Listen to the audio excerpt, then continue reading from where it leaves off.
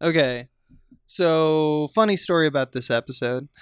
We have movie nights every week, Monday on the Small Beans Discord, Friday on the Gamefully Unemployed Discord. Just patronize us and you can join in. A few weeks back, we watched Final Destination. And my buddy Dave thought it would be hilarious to do a bit where he called Devon Sawa throughout the night. I should have I should have seen that this was a bit, but gullible, lovely Abe fell for it, hook, line, and sinker. So throughout this episode, I actually call our Final Destination star Devon Sawa. It's hilarious, and we all make mistakes, and I should have checked. So I just want to apologize for any harm this has done to Devon. Fuck!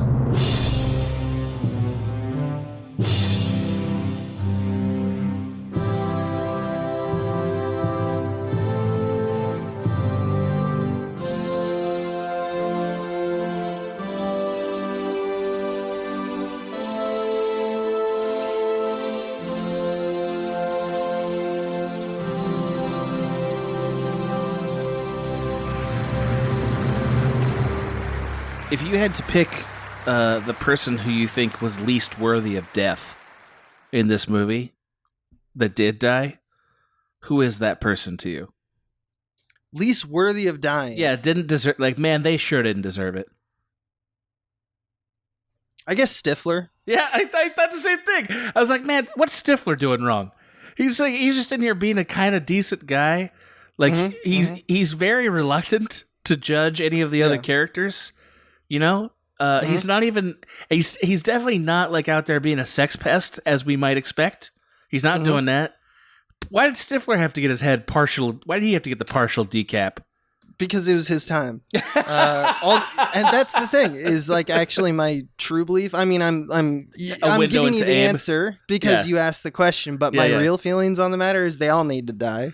All the teens. Oh wow! The teens need to die because here's the thing: it's a slasher movie, so they're fun. They're fodder. They're cannon fodder to you. They're cannon fodder for the slaughter, right, baby? That's what we're here for. We're here for the mayhem. Let's get the bodies in a pile. Let them hit the floor. Toss them in the air. Hit the floor again. Cut them up.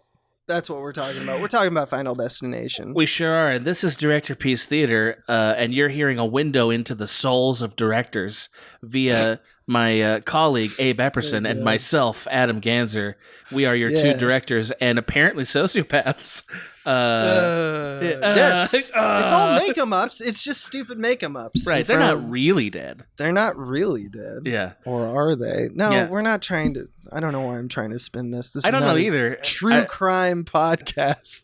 Well, we got to get those hits, man. I'm really tired. This was wait. So this is your attempt to get a hit? This Final Destination? Okay, all right. Yeah, my attempt is to make it seem to try to convince the audience that these are real deaths, and we somehow found this out. This is journalism. God damn it! We should just start over. This is Final bullshit. Destination is like Blair Witch. It's like a historical document that became fiction over time. yeah. There we go. Yeah, now we got the scoop, baby. Yeah, Let's get that clickbait going. Yeah, that sounds good. Yeah. We are directors, and we talk about directing. We do. This was techniques. This is a fun movie to pick, and I'm proud of you for doing. I'm proud of you for doing it, because it's not the kind of movie that has a strong hand directorially. Ooh. You know what I mean? Like it's not and I mean I'm not trying to like spin your story here. But like, it's not a movie that you think of and go like, oh yeah, like that's a Kubrick. You know what I mean? Like it's not. It's very much like a Journeyman's kind of film. At least that was my impression of it. You use that word with me a lot, and I do. You know what? I like it. No, well, that's one of my favorite things about your episodes, and this is an Abe-isode. Is Abe is a little bit more courageous about diving into the work of journeyman directors. Because I think he is. I think you kind of admire people who sort of like worked up through the ranks, or like sort of became directors of features, but that wasn't like their first or even most career. Yeah. Right? Like you've done a few like that. I mean, I've done one or two, but you've done more, I think. I do mainly that. No, Yeah. You're right. Every night before I go to bed, I salute framed photos of John Carpenter and John McTiernan. I call them the Johns. Yeah, you and got I say, an altar. "Good night, Johns." Yeah. Yeah. And then I sleep the sleep of the just. They say, "Good night, Abe." They say, "Good night." That's great. What if you ever met John McTiernan? Like, what's that interaction like in your mind? Like a normal human being. Like, I don't think I get starstruck. I would be like, do you mean would I mention that I like his movies? Yeah. Probably, if it came up. If we're talking about movies, I'd be like, oh yeah, by the way, Die Hard, big fan. But I wouldn't be like, oh, thank you, sir, for making Die Hard. It changed my life. Because like it did. It did, sure. But I'm not gonna like tell John McTiernan, like put him in that awkward spot where he's now has to deal with a guy who's like, you changed my life, man. It's like, I just met you, dude. You could lead off with how was jail. You could lead off with that. That might do it. Mm-hmm. He's one of the few directors who's been on the inside, Abe. Yeah, that's true. So it makes a keen eye, the inside. I assume I've never been on the inside as you call it. We shouldn't joke too much about it because I don't even remember what he went to jail for, and it might be something heinous. But I thought it was like tax fraud or something. Maybe I have to look it up. I apologize if it was a murder. I'm very sorry for bringing that up if that's what happened. Anyway, let's talk about Final Destination before they throw me in jail. Speaking of murders, I call this episode The Slow Death of Final Destination. Loved that title. Very poetic. Which is clever. It was. I liked it. It's clever. So in 1994, Adam. Ready? I'm ready for this. This hopeful television writer by the name of Jeffrey Reddick sent a spec script to The X-Files, the TV show The X-Files, called Flight 180. It was never produced. I assume it was read because it was of a different time where you could send your spec scripts to the place and they'd read them. Well, I don't think that's necessarily true anymore. I mean, when you're a writer on The X-Files, you can. He wasn't a writer on the X-Files. He was just a guy who wrote an X-Files spec. And that is wild. Okay, great. And he, cut to a few years later, he tweaked it into a feature called it Final Destination, and he is the creator of the Final Destination franchise. I only mention it really because I read it. It's available online. He made it available, and it's not terrible as per an X-Files episode. It's about Scully's brother having premonitions. But this is much better. And by this, I mean, go watch Final Destination. But the basic concept is like a plane blows up and a boy sees, as a premonition, like that had happened. So he says, we need to get off this plane. A few, like 6 people get off the plane. And the plane still blows up. And the idea of the whole franchise is that death will come after you because you took a life from death. You were supposed to die. So orderly death will proceed in killing you. And then you're dead. And that's the end of the movie. So it's a slasher movie. Death is the antagonist and he's wily. And this was an X-Files. It's funny because this movie also like intentionally personifies death several times. A thing that it kind of feels like it didn't even need to do. You know what I mean? Like I think that was like a weird decision. Like, do you mean like the black cloud monster? That's one. Yeah, but that's not the only way. There's a bunch of ways like that, right? Like for instance, that's what I'm going to get into. Oh, I'm sorry. Forgive me for no. Like, I'm going to talk about how they personify death in a way. Yeah, Todd's brother. Okay, I made a bit. Spluter. I made a bit with Abe. I made a bit with Abe where I kept forgetting the name of the best, like Devon Sawa's best friend, it's Todd, but I kept forgetting it, so I called him Spluter, and then I tweeted about it. Oh yeah, I do not remember. No, I did not. I don't remember. It's Todd, but I'll be calling him Spluter still. Spluter's brother makes this like pointed remark when they walk on the plane where there's a baby crying, and he'd be like, "It'd be a cruel God to crash this plane." You know what I mean? And then sees the guy with the disability, like a really cruel God. Like, you know what I mean? Like they're sort of underlining that there's a person doing this, which is weird because I kind of think it's more funny when it's like or not funny, but fun when it's like a weird, like this mechanical force that's sort of like I think the impersonalness of it is more interesting. I don't know. I just thought that was weird. That is exactly, that's the heart of what I'm going to talk about. I do want to make another point on this X-Files thing. Oh, please, which will lead to something, because I think it's also interesting that many X-Files alumni worked on this movie. James Wong, who directed this movie, was the director of many X-Files episodes. A lot of the Cameron crew worked on this movie.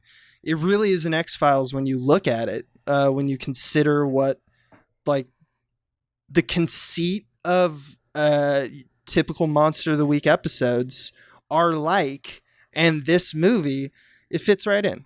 And the thing about like TV kind of episode concepts is that you only need a bit of scene work to make it work. Like, this is a cool idea, right?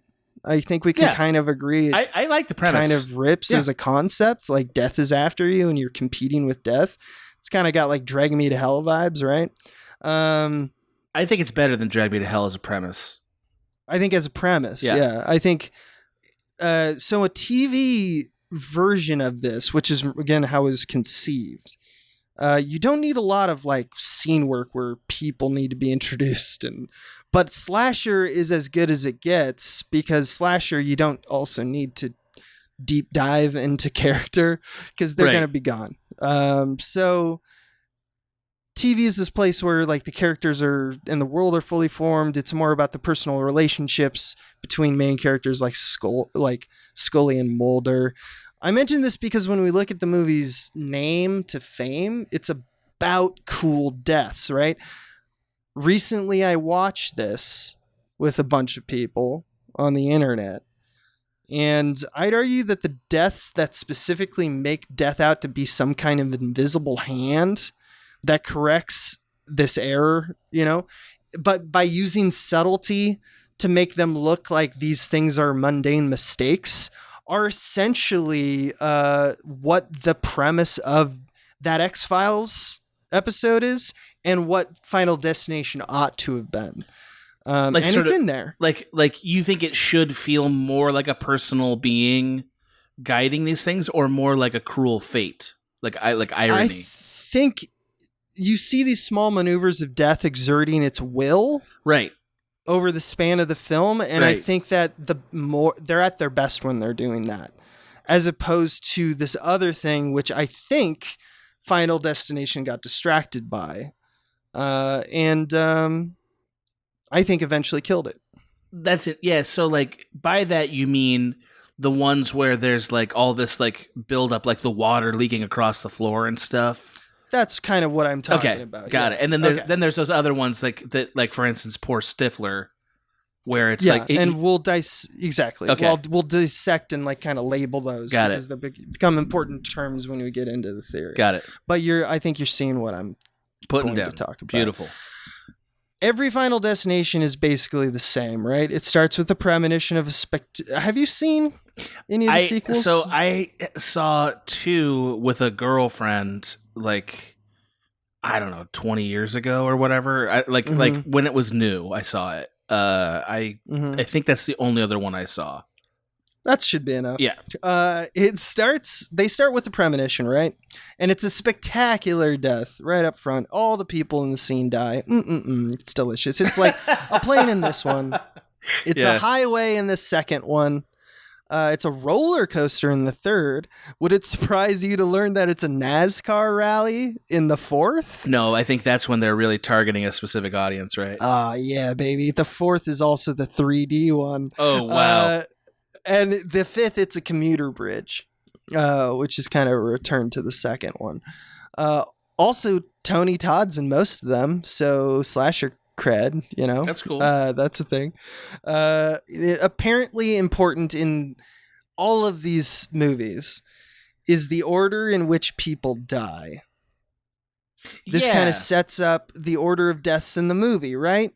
Like that becomes a plot point. Like the order is the most important thing. there's ways in which they play with that aspect of the premise, which is fine. Yeah, sure. Like in later movies, people try to skip each other, like I said, or take advantage of the system. But it's a system, right? And that's like well established in the first. And the reason I mention this is because all these movies seem to be occupied with this kind of workmanlike approach that death has in reclaiming its delinquent souls. So, as we see, Death's hand in these movies is fairly invisible. I mean, I think you would agree. We do see a dark cloud monster like twice in the movie or 3 times in the movie. But it has to create these like deadly situations for some reason out of materials that previously wouldn't have operated this way, because the timeline is fucked up, so they feel like they can influence like reality. Right. That seems to be like the premise. Right. It's a mix, because sometimes it really does feel like there's an invisible demon that's like literally trying to kill them and like fucking it up. You know what I mean? Like, they're just bad at it. Yeah, right? I mean, isn't that sort of the premise of this movie franchise? It's like Death's not always that good at it. I think because if there's typically when we go back to the myths of old, like death is assurance. Death is certainty. Right. They kind of have to make sure that death isn't entirely certain. Otherwise, there's no suspense. Well, it's hard. Like, I think it's, and I know this sounds like sort of maybe a little bit unimportant, but I think it's actually really important. They didn't really decide if death is like this, this apparatus that's at work in the universe, like gravity, or if it's like a conscious force that's like physically attacking these people, because it sort of vacillates between the two. And I personally enjoy it more as this sort of like inescapable, like force like gravity that like has to accomplish its mission. Right. I find like having a villain that is compelled to do something, right, as opposed to someone who kind of wants to, right, like would really get off, if he killed you. It's a little different from something that like, I cannot exist without you, I have to kill you. That it brings it to another level. It brings the stakes higher, the urgency more near to the drama. So I definitely agree. Yeah, because ultimately, like, most of the thrill of these movies is the Rube Goldberg aspect, right? Yeah, like sort of like what are the pieces that are going to fall together in either a scary or hilarious way that will kill this person. Right? Yeah. And them trying to fuck up the machine and either succeed or not. Before we start with that, there's one other thing I want to mention. Yeah. Just because I think it's important that we're like, as you mentioned, we're characterizing death. That's kind of what I'm doing with my theory here. All these points I want you to kind of, the idea that, every Final Destination film is the same. The idea that all these movies are occupied with this workmanlike approach of death. Another thing that death does for some reason is that it hints to the main character, hey, I'm coming right now, and here's my plan. Yeah. I'm all cryptic, but I'm doing it. That's the thing that these films also do. Not seemingly apropos of nothing. I mean, it may seem that way because I don't know why, but it is near and dear to the franchise that these scenes occur. That it's nonsense, but okay, let's take a ride. Final Destination usually is like a fan cutting up a newspaper clipping or a book, opening to a page and stuff like that. Like it has this kind of footprint it leaves, and apparently Death likes to give puzzles to their main Devon Sawa. That's what it was. So can I just ask one? This is a dumb clarification, but it really changes how I feel about the film. Do we have any explanation for why he gets premonitions? No. Okay, are you willing to accept, and I'm not kidding, that it happens because of that airline ticket that they remove from his bag?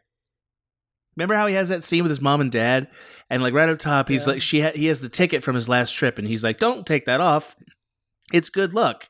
And she takes it off anyway, and then his dad, who also believes in curses, walks in. Believes in curses. He walks in and he's like, "Live it up. You have your whole life ahead of you," and then like gives him a death stare, and it's like. So, like, did they curse him? Because it feels like they cursed him there. Am I wrong about that? No, I think you're absolutely right. I think that the parents cursed the child. They cursed him right up. And they did this, those fuckers. Like, so they have a deal with death. Yeah. You know, they did a deal with death and they're like, we're going to kill our son in the most roundabout way. We're going to murder our child. Every parent is trying to kill their kid. And who do you have to, when you want to, hey, if you want to kill someone, you go right to death, baby. You just cut through the middleman. You know? Yeah, I mean, I just talk directly to the ethereal being, death. I mean, I agree. I bring it up because I thought that scene actually made it confusing about the mechanics of the movie. I think they were trying to do something to hint at like what's going on. It's kind of like the ending of the film. Right. And then when they realized that they had franchise numbers, they were like, fuck that. It's just, let's line them up, baby, knock them down. So you're really sort of saying that the film never takes a clear stand on how the machine works. That is kind of part and parcel. And so let's talk about the deaths a little bit. Yeah. Because I think that you're nailing it right now. You're in fact getting ahead of me and I'm getting a little sweaty because I'm like, oh, maybe my theory isn't that, interesting. Oh, no, I disagree. Please. I want to talk about the deaths because I think you're absolutely right about this, like never finding one thing. I think I'll come back to this. Okay. But right now, I'd like, in order, tell you the deaths real quick of the film. Just because you probably have not just recently watched Final Destination. And I'm not going to count the initial sequence, which is absolutely the set piece of most of these movies. In fact, it's probably the most memorable moments of these movies. But let's talk about Final Destination 1 first, and let's talk about the 5 deaths that death claims after the initial kind of death sequence at the beginning of the film. The first one is Devon Sawa's best friend. What did you call him? Spluter? Yeah, Spluter. Yeah, he's a sex pest. He's a pervert. He's taking a shit. He slips on some water. He gets choked out by clothesline in his bathtub. Number 2, a woman who hates Devon Sawa. I forget all of their names again. I think the girlfriend of Carter. Yeah, I don't know. Carter's girlfriend. Yeah. Walks into the street and gets pancaked by a speeding bus in their very sleepy town in the middle of noon. That was like in noon on a Sunday. That was a really good bus slam, though, right? That was like one of my favorites. It's like the first. Yeah. It's actually I think the first. It's really good. It's like a really solid one. Alias may have predated it. I can't tell, but J.J. Abrams, that's his gift to the world, is the suddenly a bus. 3, the teacher who stepped off the plane with the students is cooking dinner at home. Some water gets into a computer, which explodes into her neck. And if that's not enough, when she tries to get a towel off the counter, a knife stabs her in the stomach. Still not enough. So Death is unhappy, so Death blows up the house. Number 4, the dumbest of the friends, Stifler, or the dumbest of the friends, Carter, rather, I should say, because he's the one who stops the car in the train tracks to prove a point. Yeah, the guy from the 50s. He's seatbelts fail, etc. We have a little bit of sequence building there, but he escapes. Devon Sawa grabs him, pulls him out. However, the train picks up some of the car's debris and slices Stifler's head off. And the last, at the end of the movie, after the 3 people who survived the movie, you think, have avoided death, a sign collapses at an outdoor cafe that they're all drinking at for some reason, and it tries to kill our main character, but he dodges it, which you can do apparently, and because it skips him, the sign swings back and kills his asshole friend Carter, and that's only important in that the skipping thing is a thing. Like if Death has decided I tried and I failed, I'm going to go on to the next one. Yeah, that's which is real weird. That's that, and why the premonitions are happening are the 2 least clear things about the film, and the film doesn't feel any need to explain that to you. Right. So those are the deaths. We did it. I want to categorize these 5 deaths in kind of the same way that you did earlier. And there's that all the stuff that I just talked about is not the entirety of the movie. There's near misses that happen during the climax of the film.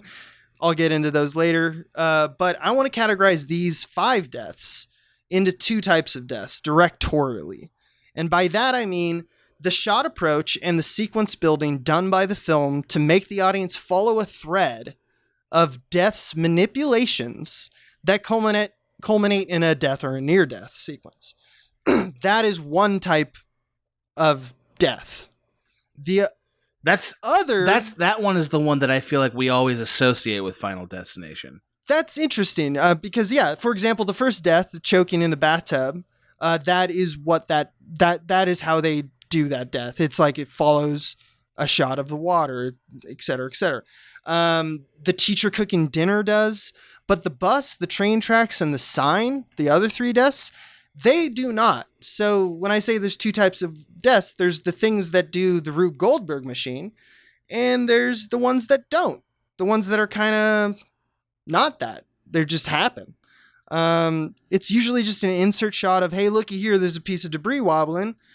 And so you get what I'm saying. You contrast with that the step-by-step of how death is going to turn something on or make you slip, and we're kind of following that machine. Those are the two types of deaths in all of the Final Destination franchises. And sometimes they'll do like the feints. Yeah. I think this falls into your doesn't do the Rube Goldberg thing. So like Devon Sawa will get like a premonition about, like, for instance, the car one that the bus one or whatever that hits Carter's girlfriend.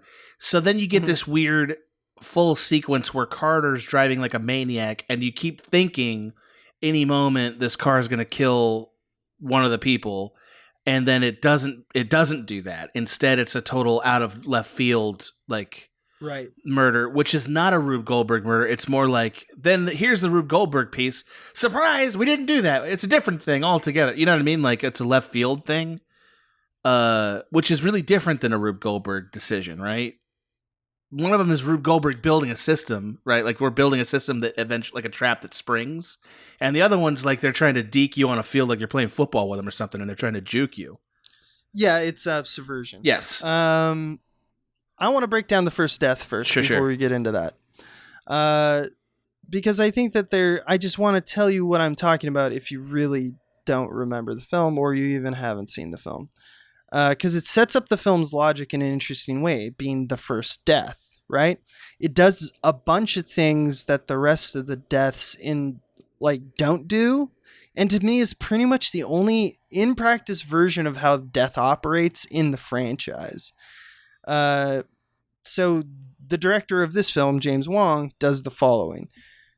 1, the sex pest is, taking a dump. We get a shot of water starting to drip on the floor. Yep. Then 2, we get later, and this is intercut with a bunch of stuff, but I'm just bearing down what the shots of the sequence are, what makes you feel tension. He's now shaving. He cuts himself, which is a little, fake out, like we need to see blood, I guess. Meanwhile, the water starts to creep toward his bare feet. 3, he sees like a black cloud behind him, marking him for death. Yeah. Like it's like a foreshadowing signal post. So we go, oh shit, death actually has like a corporeal form. 4, he plugs in a radio, which plays John Denver, which of course makes him think about dead airplanes. So quickly, he unplugs it. 5, he walks away from the sink towards the tub. He just avoids the water, even though he doesn't know it's there. But in a really kind of cool shot, frankly, one of my favorite shots in the whole thing, the water actually changes direction toward him as if it's like grasping for him. Did you notice this? I mean, absolutely. The water... Yeah, it's like kind of the point of that shot. It also sucks back down after he dies, right? Which is the most bizarre thing that happens in that whole sequence. Well, that's my number 7. Number 6, we follow with the close-up shot again. The water going towards his feet. This time they hit their mark. He slips, knocks an open shampoo onto the tub. His feet are slippery. The clothesline wraps around his neck. He can't get himself out of the tub. Bingo, bango. And number 7, as you mentioned, in a singular move, actually, for the franchise, the water slurps back into the grout at the bottom of the toilet, which is weird because never again in the entire franchise, in this film and in the rest of the movies, death covers his tracks. It's kind of hilarious because, like, what is death worried about, right? Like, I got away with it this time. Like, is there going to be a detective knocking on death's door saying, like, where were you? Like, I don't understand why he's covering his tracks. It's fine if they're like, oh, in fact, it's more questions of like, how did he slip? Well, I don't see any water, so that's weird. Like, I guess he didn't slip on water. I mean, so like, is that a mistake to you? Is that a mistake that they did that? It's stupid. It's very stupid. It's definitely stupid. It's very but it also like it really opens the door for a whole bunch of other things. Yeah. Yeah. I think the reason I kind of broke this down is that, like, look at the occupation. Why is this unique? Well, this sequence, as well as the teacher's death, which is the third, if you remember, they both pay a lot of attention to the minutia of small gestures that kind of add up relative to, like, what is death? What does death want? How does death operate? And for the most part, what we get from these sequences is it's usually his methodology is geographical consequence. He combines unlike terms, like a shampoo bottle that will make their feet slippery and water which will make them fall into a tub. Yeah. It really feels... Or the fact that there's a clothesline there. It really feels like death wants us to be impressed with the things that he or it or she strung together to make this murder happen. Just sort of, look what I did. Death is kind of proud of itself. An artist. It's the death glow up. It's like, well, I mean, it's really funny to me because like this movie starts on the premise these people should have all died in a plane crash. They don't, right? So then Death's like, I'm gonna do something special for these assholes. Like I'm gonna cook up something so fantastic. It's really dumb. Yep. Yeah. And they so like the second death is getting pancaked by a bus at noon on a Sunday, but the third death does a lot of the same as the first death.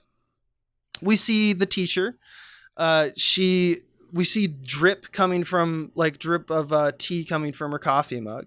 It fractures because the tea is too hot, and then she like pours in cold water, and it like creates a little fracture there.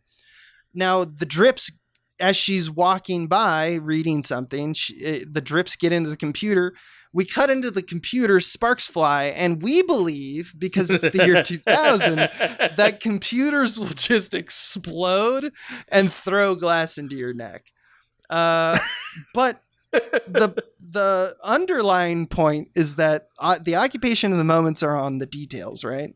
It's like camera will follow these details. Drip, drip, drip, computer, spark, explode. It's not shock. It's not a jump scare. It's not even a surprise to us. It's this other thing that we typically call suspense. And I talk a lot about this, and I like suspense. I think suspense and building sequences is cool. It's fun in a horror film too, because it's like horror films don't use what you're defining as suspense that often. You know what I mean? Like, no, I think that most of the forgettable parts of movies of like slasher films and stuff are the ones where like, and he was there though. He was like he was in the cabinet, right. And he came out and he did the knife thing again. He got him with the knife, and it's like, yes, sweet release. Another teen has bit the dust. It's just like, I don't know. It's fine. I will go into some of the spectacular deaths. I'm not entirely against the sensationalism of gore. I don't want to be the kind of guy who's like, I love this sequence building. I'm so smart. But you dum-dums, you love the slicey. So go fuck yourself. I'm not saying that. But it like, death does... I mean, again, like, I feel like death is kind of saying that, right? That's what I'm trying to like a little bit. I think, just like death. So let's. That's why we're having an honest conversation about Final Destination, Adam. Right. I want to talk a little. Okay, so the third death does. The only other thing you can do with this system. And this might be maybe this is an easy concept for some. It might be a harder concept for others. When I talk about systems in film, in this particular case, I'm talking about the sequential system, that they're building this expectation. Once you've seen it once, the first death, you now think this is how death operates, right? So when I say there's now a system in your mind, there's an expectation is really what I mean. And so other than doing it time and time and time again, where your expectation is set up and you're like, oh, it's the thing I'm looking for, you know, like it's the procedure, it's the protocol, you know, like in sports, it's like, okay, the pitcher winds up and he throws the ball and then the batter hits it or he doesn't, you know, it's this expectation, right? It's just, if I did it time and time again, that would get boring, right? So the third death, they're even thinking ahead of like the audience, because the filmmakers are like, okay, so we already got to subvert this because we have to deal with the expectation of the audience because this is the second time we're doing this type of sequence. So the way they do this is you think it's going to be like a water-based explosion in the computer that gets her, but no, yeah, it did hit her, but she actually is fine. In the end, it's a knife. Which had nothing to do with the computer stuff that we built and spent like a minute to 2 minutes building. So it's still a Rube Goldberg machine because one thing leads to another, but it kind of pushes your expectation to different spots. It's kind of like what you were saying when you were like, it had to zag and when you're expecting a zig, right? It's a system. You have an expectation. Does this make sense? Absolutely. Yeah.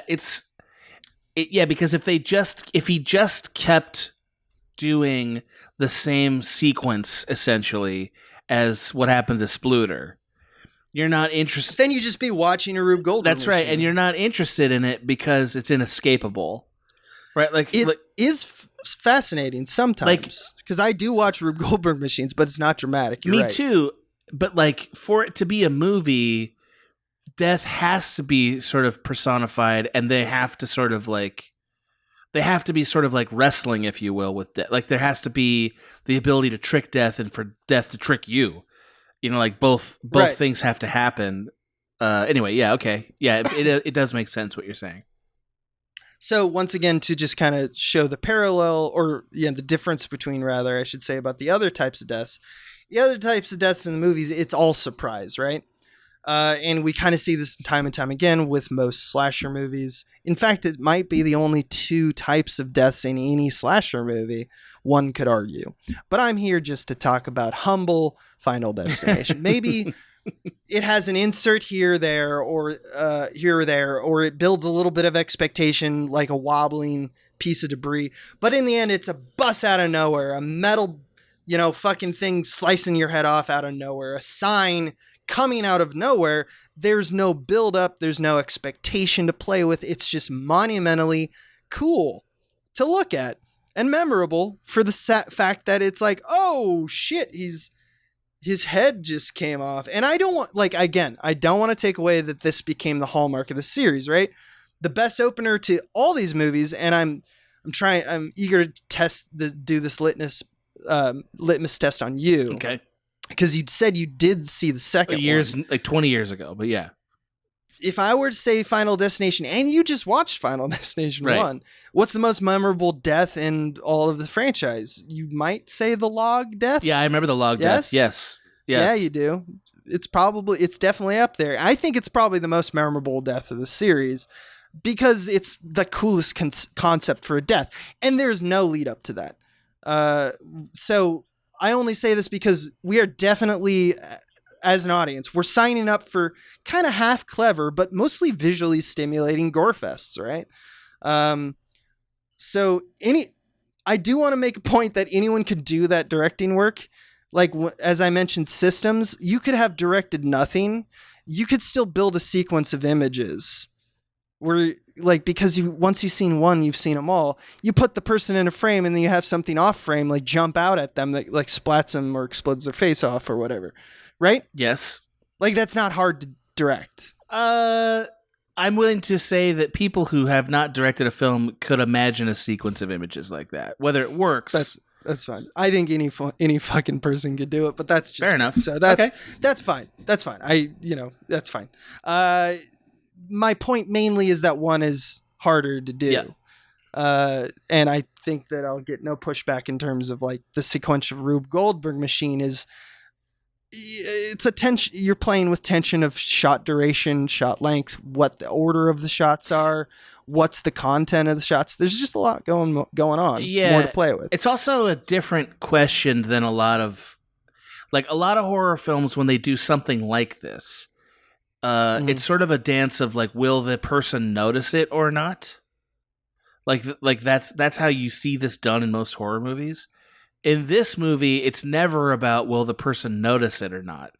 It's really a different question, which is sort of like, what will the machine actually be?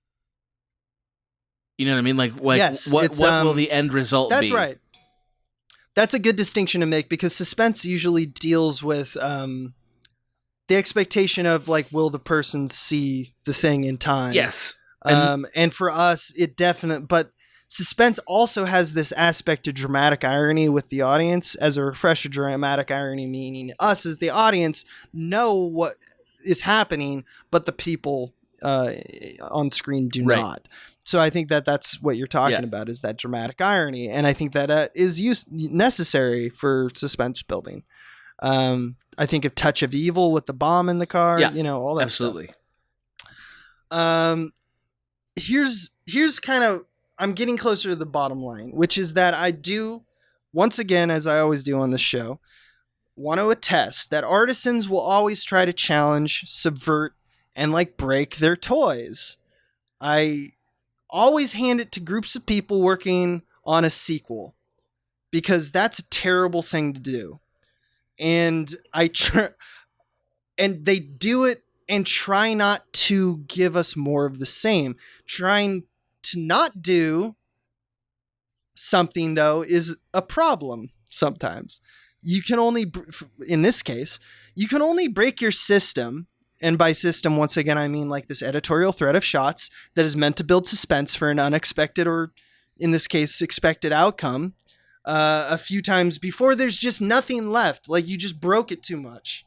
Like there's no more subversion to be had, like so. Or the other way, you still need the system to be intact mentally for the audience. For them, or it's no longer a thing you're not getting the expectation. Yeah, because the audience won't know that you're breaking the system if there is no system. Right. So even though I'll say things like, I think it's better to do the system building, it still doesn't get around the problem with like a franchise where that's going to get old too. Just because you thought of a clever sequence doesn't mean that system, that expectation, audiences are still going to get ahead of you very quickly. In fact, the audience now at this point is, I think it was Hitchcock who said, like, I'd hate to make films for an audience in 100 years because they'd know all my tricks. Guy was very aware that he was working in a medium and in specifically horror where expectation is everything. And I think that that's what the people who make Final Destination, for better or for worse, they're doing their best over here. They know what the toys are. The directors know what pieces they have to build the thing with. The writers are doing the thing the best they can to try to subvert rules that they've set and other people have set in previous iterations of the series. And they're like, I'm going to go this other way. And so they kind of decided, historically, when we look back at Final Destination, let's just splatter everything with blood. That rules. Let's just keep doing it. Right. Yeah. I don't think that this is not a franchise that was ever interested in saying more than, here's the cool idea the writers came up with, right? Yeah, it's like the one unique thing that Final Destination had going for it.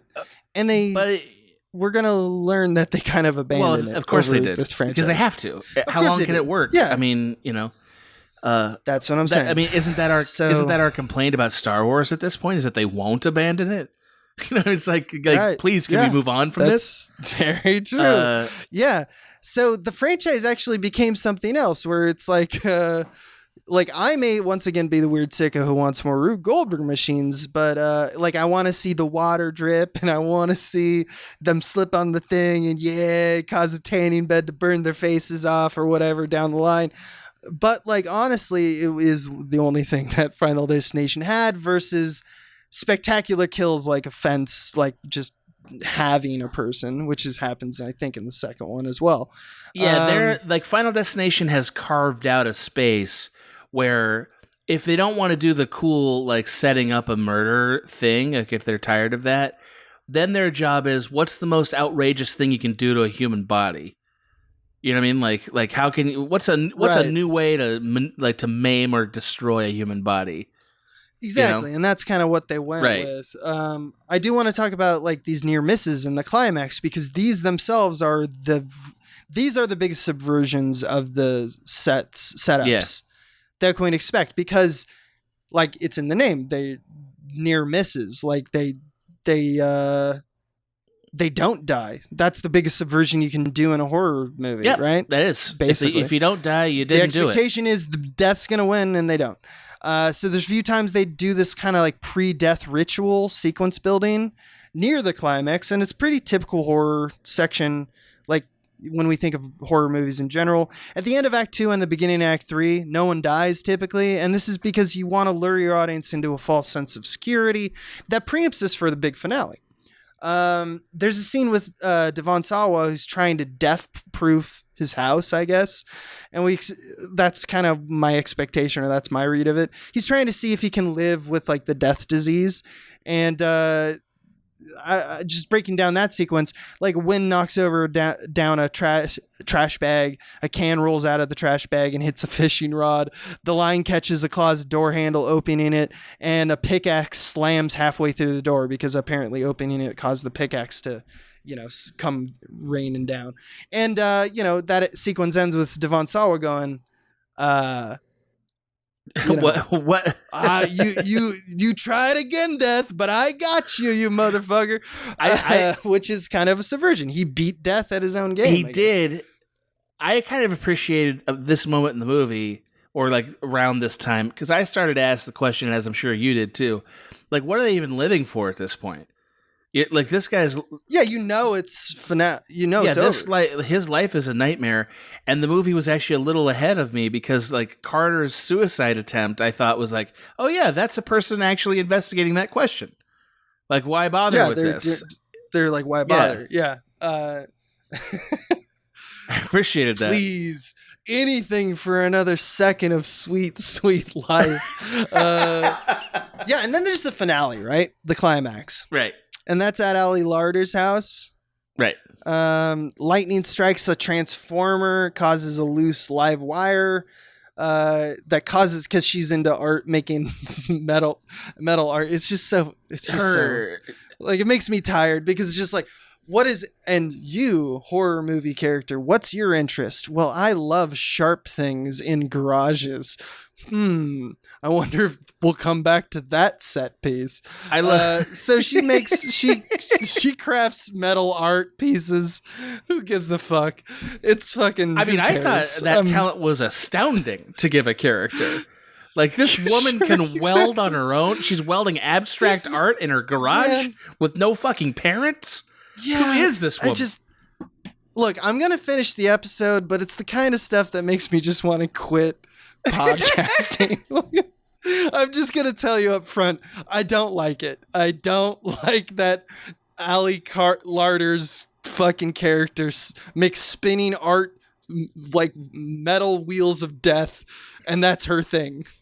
But she has them in her front yard, and after all the lightning striking the transformer, the metal pipes of the art piece almost kill her, because it gets flung at her.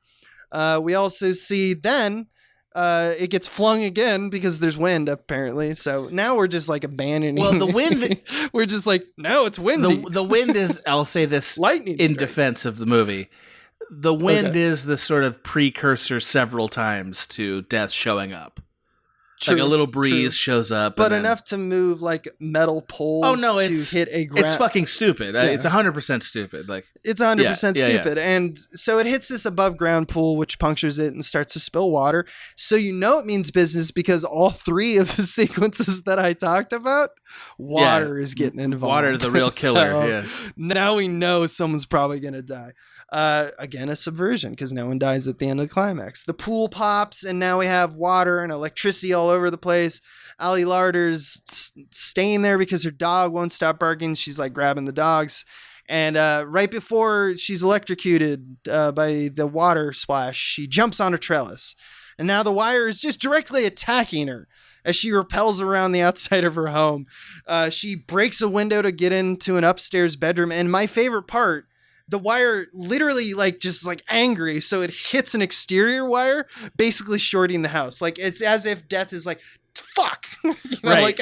I'm angry. You got away. So I'm going to hit your house with wire. And it works. It short circuits the house. Meanwhile, this is intercut with Devon Sawa,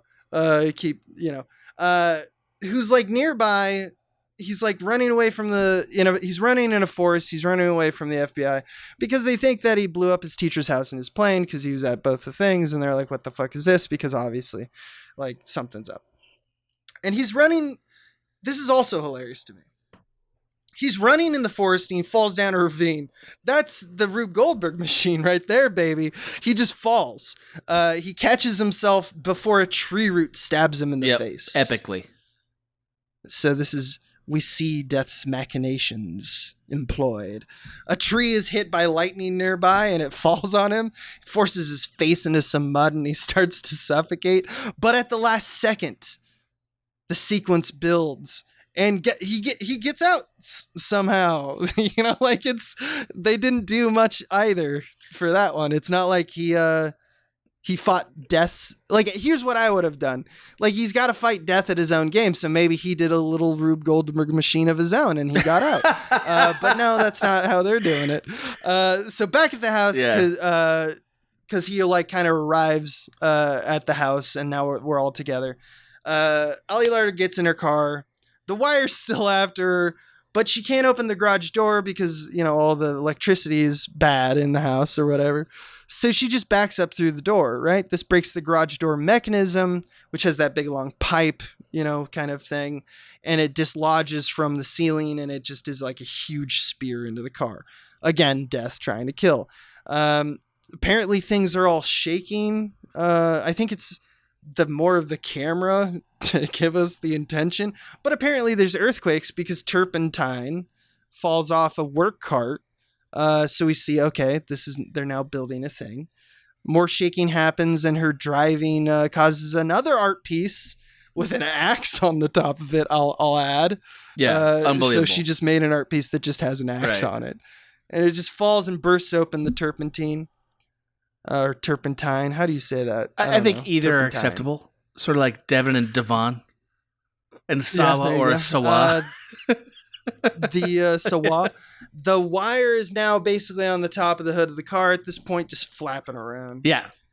Death apparently can't break that barrier, even though it can cause lightning bolts. I don't know. Devon Sawa takes a shovel to the wire, but flings it at a staining oxygen tank because he his fingers slip, I guess, and that rips open the top and it causes it to roll under the car. The wire hits the turpentine, which ignites the oxygen. Now the car is on fire.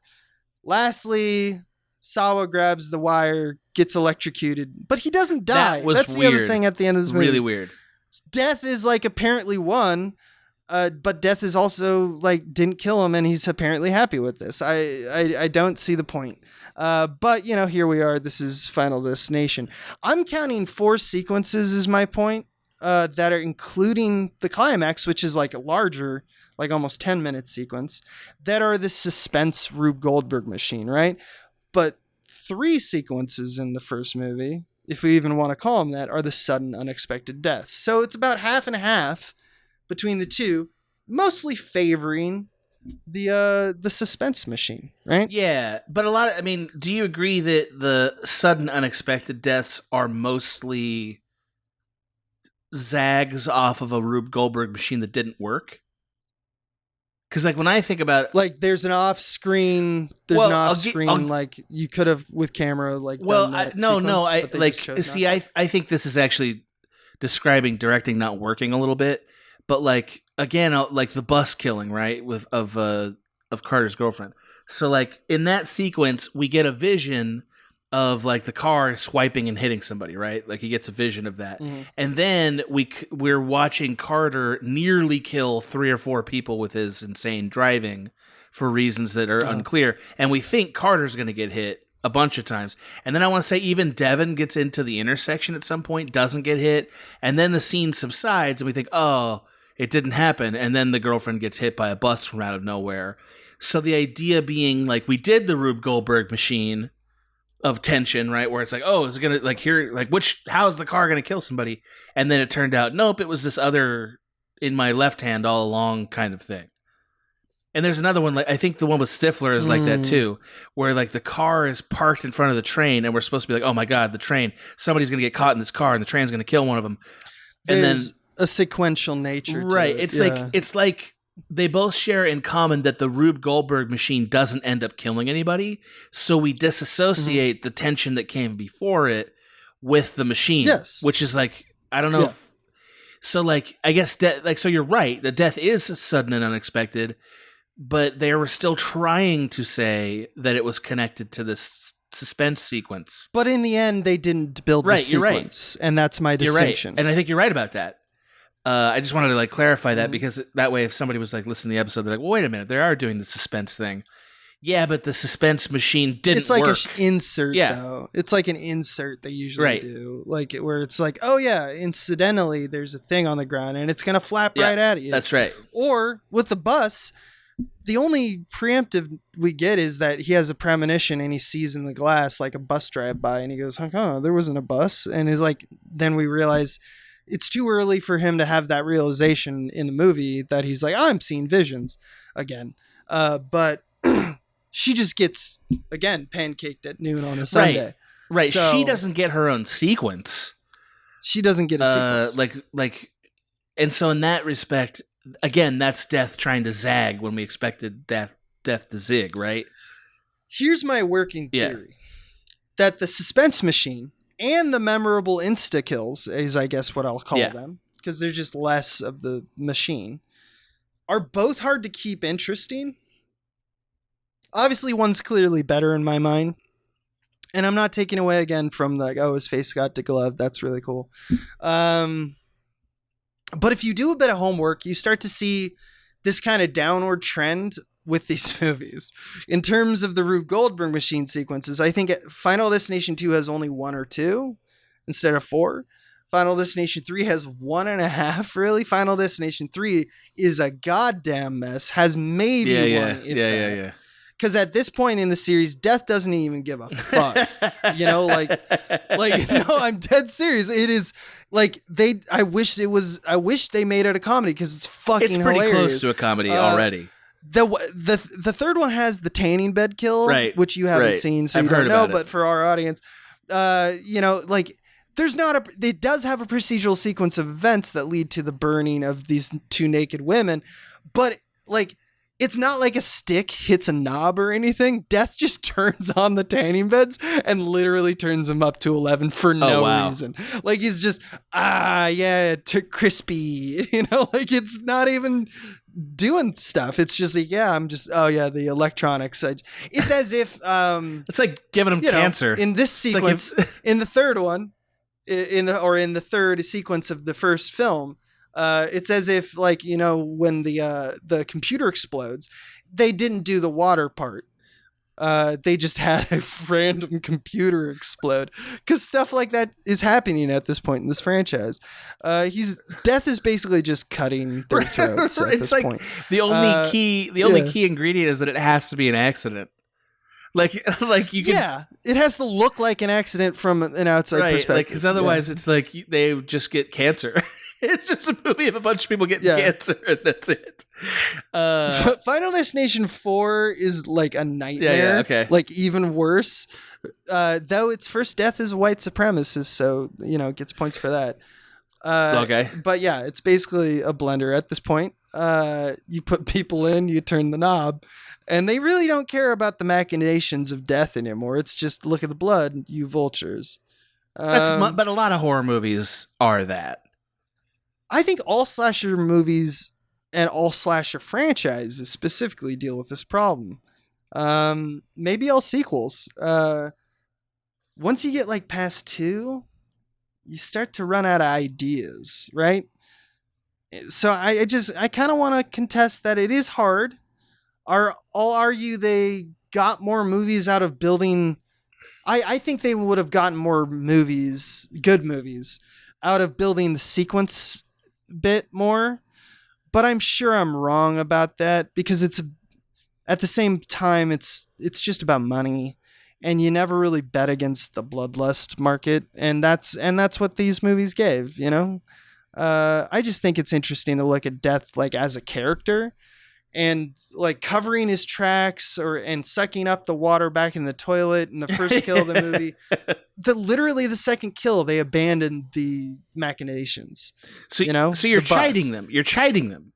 You're saying a little. I read the original X-Files teleplay, and that's the first death that is not scripted in that. I see. So it's like they had this idea.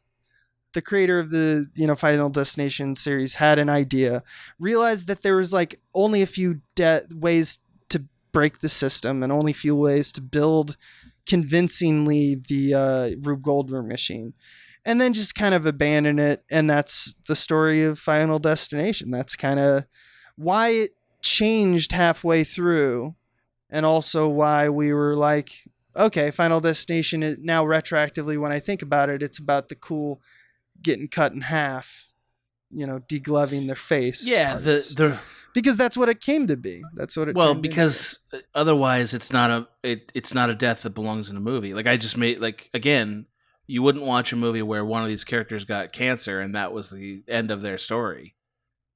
You know what I mean? Like you wouldn't watch it. It's like what?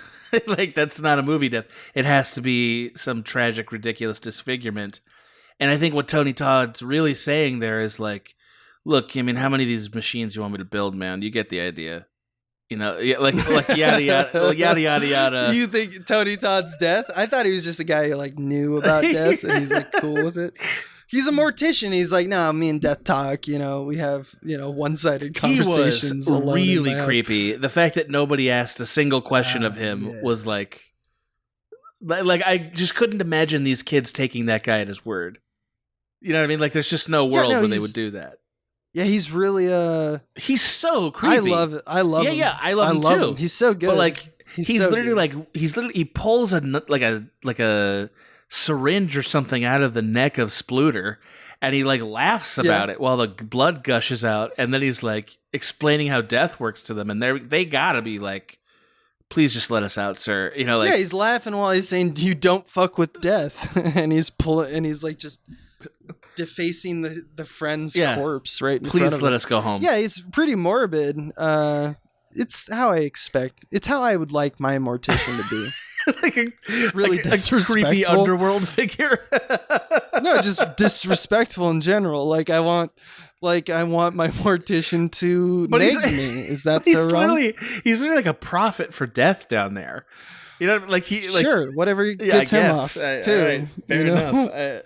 Point is, I'm getting mine, which is being dead on the table, being disrespected.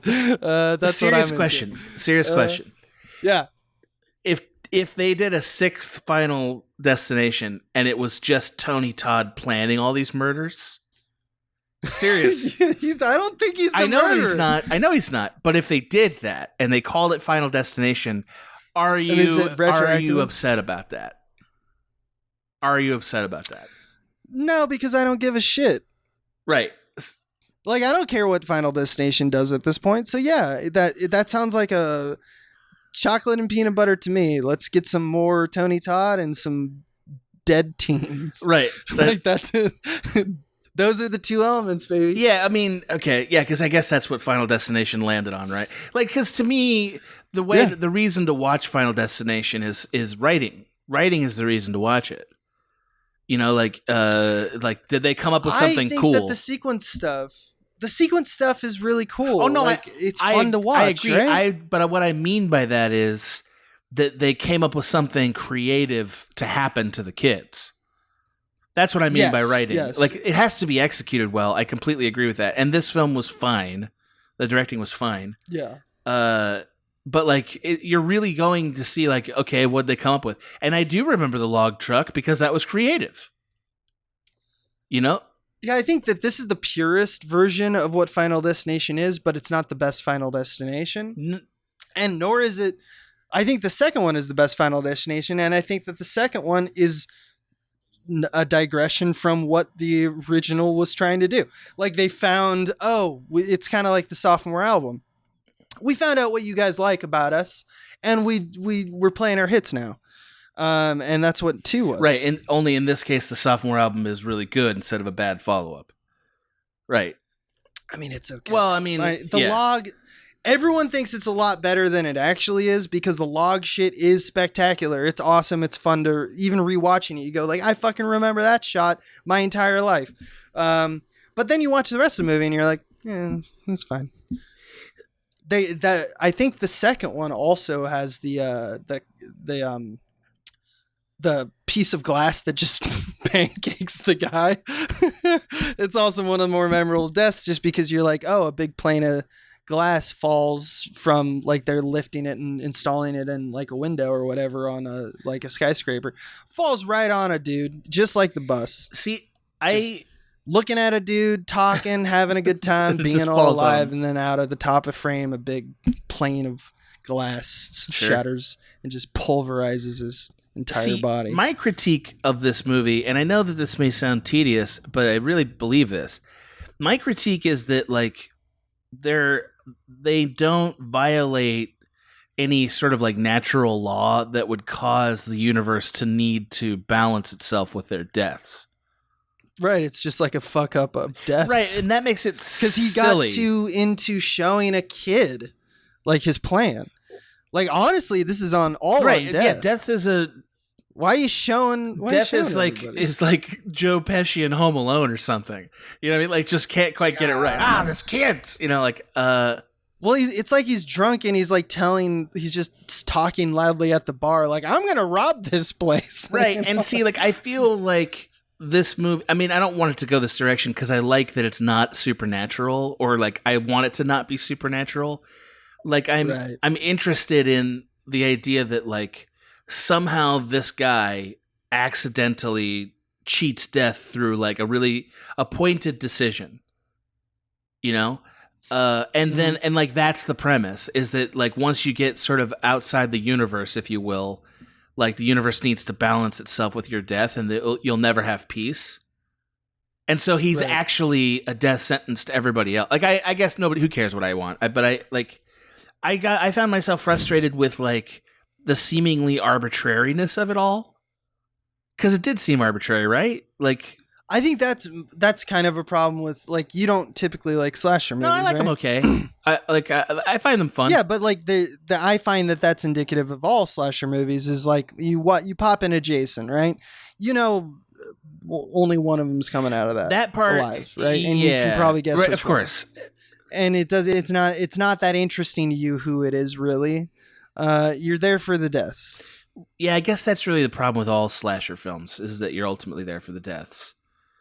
So there's no building of character for the people who will die. That is really enough, unless it's and I still contend that this is some of the best horror films. And some of the ones that have yet to be made are ones that really do build the character of like the slasher and or not of the slasher, but of the characters who are usually just the like fucking just the conveyor belt of mayhem that, you know, they're just going to be pieces of meat. If you really build that out, it becomes super horrifying when they have to die. I see, like, I want to go back to It Follows. Which we've discussed on the show.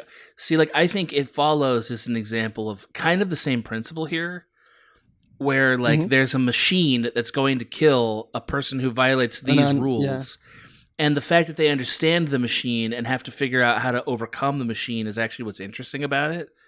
And I feel like that slight twist, like that slight change to Final Destination would improve it. Because they're kind of doing that, right? But they're doing it for like dumb magical reasons that you don't connect to. Because I was actually interested in the idea of like Devon Sawa trying to live alone in a cabin that was like, but he was basically always at the razor's edge of a death trap. That's an interesting Final Destination movie, right? Where it's like I've come up with. It's a different movie. It's not a Final Destination movie. It could be. I mean, because again, how many of these are you going to do? Right? Like you're saying, they abandoned the formula, right? And my thought is, well, then why don't they fix the formula so that there's a sort of repeatability to it, right? It's sort of like Nightmare on Elm Street. There's a certain set of prerequisites before there can be a Freddy, right? And those prerequisites are there has to be a violation in the town, and it has to be children in their sleep, right? Isn't that the key ingredients? Mm-hmm. See, Final Destination, you don't know why these kids violated death.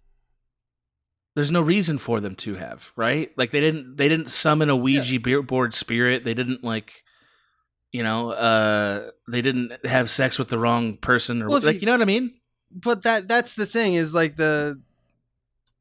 that's what slasher movies kind of, their origin was not in their origin was a reaction to the horror movies of the old, where there was a neoclassical version of justice where you are uncouth, therefore you shall die. There's a sin. Right. It's like they were kind of like Friday the 13th was almost making a contestation against the idea of just because these teens are fucking, that means they need to die. That's kind of stupid. I believe that. The directors basically said the same thing. They'd use the trope as a kind of way to leg up on the, playing with it, subverting it. Now they didn't really go as far as to have them kill Jason because, hey, we're here to, they knew what the franchise was based around. But the very concept of horror to me started with that deconstruction, which you're talking about. Do they deserve it, these kids? No, that's the whole point. They're just getting, that's why it's horrifying. I'm not even interested in deserve it in a justice sense. So I don't want to get attached to the moral component of it. That's not it to me. That doesn't matter to me. Got it. I'm using it as an example. You want just an explanation? Yes, I want there to be, and I'm going to use this term loosely, not in a moral sense, a transgression, a cause for why they skip death. I think it's because we're dealing with death. Death is, you can't avoid death. And that's why it's not really a movie. So there's no transgression. Exactly. And there's no transaction. That's why these movies get boring. Because ultimately there's nothing to combat. It's really just sort of what's the order in which the machine plays out.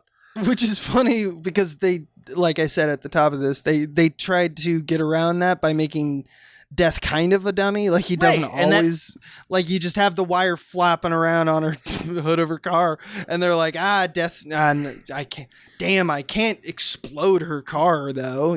I can't just randomly hit it with lightning apparently I can in later films. It's like this, right? It's the script started out being about premonitions, right? That's what you said. It started out being about premonitions. That's fine. Yes, and that's fine. Yes. And it's interesting. It's interesting that somebody might have a forbidden power, if you will. And I only mean forbidden in the sense that it violates the laws of the universe. That's all I mean by that. So this guy has premonitions for reasons he doesn't understand.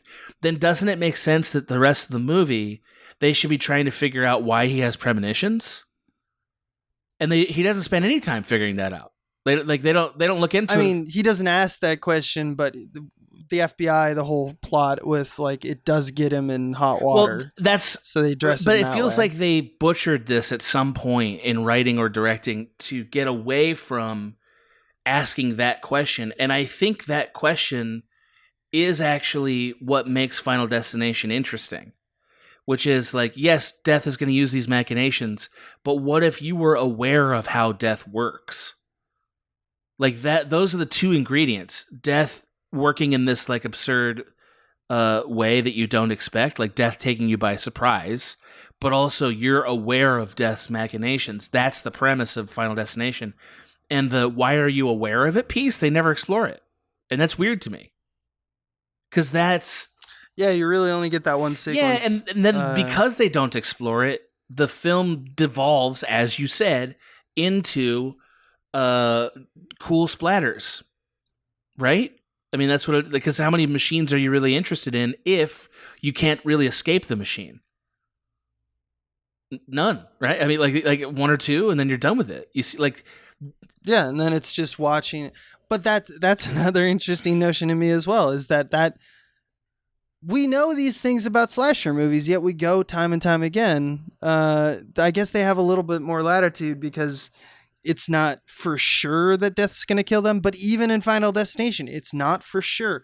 Always, someone will always survive. But they should have been learning. They should have been learning why why they have this power and what death is like. You know? Yeah, I mean, I guess it's because because it's death, because we're like cosmically tied to concept. Because you don't ask that question about like Ghostface or Jason or Michael Myers, because you just go, okay, there's some element of fallibility, especially with like Ghostface, who's falling over all the time. They usually do. I mean, especially for the first few Jasons, they kind of abandoned it after a while because it was more of a setup. Yeah, I mean, he can be otherworldly, but he still can be beat. Death can't be beat. But in this movie, they do try to make an attempt. So again, that's the wish fulfillment piece of this story, is the idea, what if you knew what death was going to do? What if you had some inkling of what death was going to do? Could you cheat death? You know, like that's the fantasy piece of it, and they never dive into it much. And actually, horror movies do get into this stuff all the time. It's usually the engine that gets them all the way through the plot, right? So like in the first Jason movie, they're trying to figure out who the murderer is, right? And and they know that it's connected to Jason Voorhees, right? If I remember it correctly. And then it turns out, you know, spoilers if you haven't seen the first Friday the 13th, it's actually his mother. Right? Like that's the whole idea. And that relationship and the thing that happened to her son and her is the sort of bedrock for all the Jason movies until they started to become a parody, right? And like, so that's what I'm getting at, is like this franchise could have endured if they would have been more willing to, and I mean, you know, they can make movies, whatever. It would be more beloved, I think, if they had been willing to like explore, hey, there are just people in the world that get premonitions. Nobody knows why, but like death tries to kill those people, basically, and like then they keep sort of exploring the deeper meaning behind that in a wish fulfillment-y way. I think that franchise might have worked better. I could be wrong. Yeah, I mean, you're kind of actually describing Shining. Well, I mean, that's why we love The Shining, right? You're describing the pantheon of Stephen King books, where like Dr. Sleep and such like that, or It, they all are these, I mean, you know, I'm not going to get into it. I have a Stephen King podcast. I know you do. Yeah. You know. So, like, and I, yeah, it's like, it becomes cosmic. That's how you do the cosmic aspect of it. They're like, that you have something, you have a power that you can fight back. They tried to do that with Premonition here. And it's kind of like a ticking clock of, can you figure out that you're actually a special boy before time runs out? But he didn't. Again, and the answer is always yes. It has to be yes, or it's not a movie. But again, I never felt like, and I don't know if you did, I never felt like he really understood his premonitions, or why they were happening, or where they were coming. Yeah, he just kind of like said like, oh, by the way, my fan spit out this piece of newspaper that said Todd, and Todd died. It's like, that didn't help you though. Right. And that's right. So exactly. So like, because of that, we don't really care. Like, we're not invested in his survival, or really any of their survival, because we're not invested in their struggle, because they never explore struggling against it. They just sort of like do, the movie assumes, look, you know, and then they try to escape, right? That's what they would do. And there's only so long as an audience we really care about that if we don't see them making progress in that struggle. And they don't make progress. They just accidentally don't die sometimes. Right? It's weird. Yeah, it's a bad movie. Okay, I'm sorry. I don't mean to waste your time on that. No. It's their bad movie. I only was coming to it just to be like, oh, look at these sequences. They built a sequence that is now memorable, and in memorable to the point that I think everyone who's seen remembers one of these films can pull it out as a trope. And like I referenced Hitchcock talking about audiences getting quicker and faster, and the lexicon being more, advanced. He wouldn't want to make, films for us. To me, that's what Final Destination is a part of. It built in the lexicon of our cultural understanding of movies, a very particular sequential death that you can do a parody of it pretty easily. You can, like, they own that space and they walked away from it. I mean, which I thought was also interesting, but I guess that makes sense because, you know, if you're making bad movies that you're like inexplicably your hero survives, even though like death, the whole point is that they kill you and you it looked like you killed them, and then they do no work to like bring him back and say, actually the thing that saved him was like he had death shot him, but he had like a flask in his pocket and it stopped the bullet. Like, they didn't even do that kind of work. They're like, he grabbed a wire, it shocked him, he blacked out, but then he got fine. Right. And they don't tell us how these movies operate on a purely and then this happened and then this happened and then this happened level. Yeah. And I think that's right. Why they abandoned the Rube Goldberg thing, because they had no... Because there's causality. Right. Well, they had no undergirding narrative or emotional structure to inspire new kinds of murders. That's the thing about this bullshit lore, is it inspires new ideas. And so if you don't do it, you don't get those inspirations. Right? Like, that's the problem here. I mean, and I say problem, look, it's a successful franchise and I enjoyed this one enough. I've seen 2 20 years ago. I don't know. Maybe they did get into this in 3 and 4 and I just forgot or didn't hear about it or whatever. But to me, that's the glaring flaw that explains why they moved away from this idea so fast. Because there's, what you want is irony, and they can't give you irony because there's no meaning to any of it. And I just mean that in a story sense. Well, it's made for teens. Right. I mean, right. And I think, maybe outlaw teens. I mean, I Still Know What You Did last summer. And that's an example of what happens when lore is dumb and you stick with it. Because the lore of that story is like, this accidental death that they saw, or maybe they caused, I don't remember. And then, you end up sort of seeing this murderer who was almost undead, and then it's his son involved, and it's just dumb. You know what I mean? It just gets really dumb when you are beholden to that stuff. So I don't know. There's arguments for both sides, I guess. I've said all opinions. I've made every opinion, Abe. Indeed. Yeah. Well, this episode's going long, so I'm going to cut it. You're going to cut all this? No, I'm not going to cut all this. I'm just... You're just tired of Final Destination. You exhausted me. I started excited. Now I'm like death, man. I'm inevitable. You just slowly killing eroding me. Your sense of safety. No, you're right about all things. I mean, everything's chill, baby. Everything's so chill, baby. I don't want to think about this. I don't like, let Devon Sawa live or die. I don't care. Yeah, it does make me.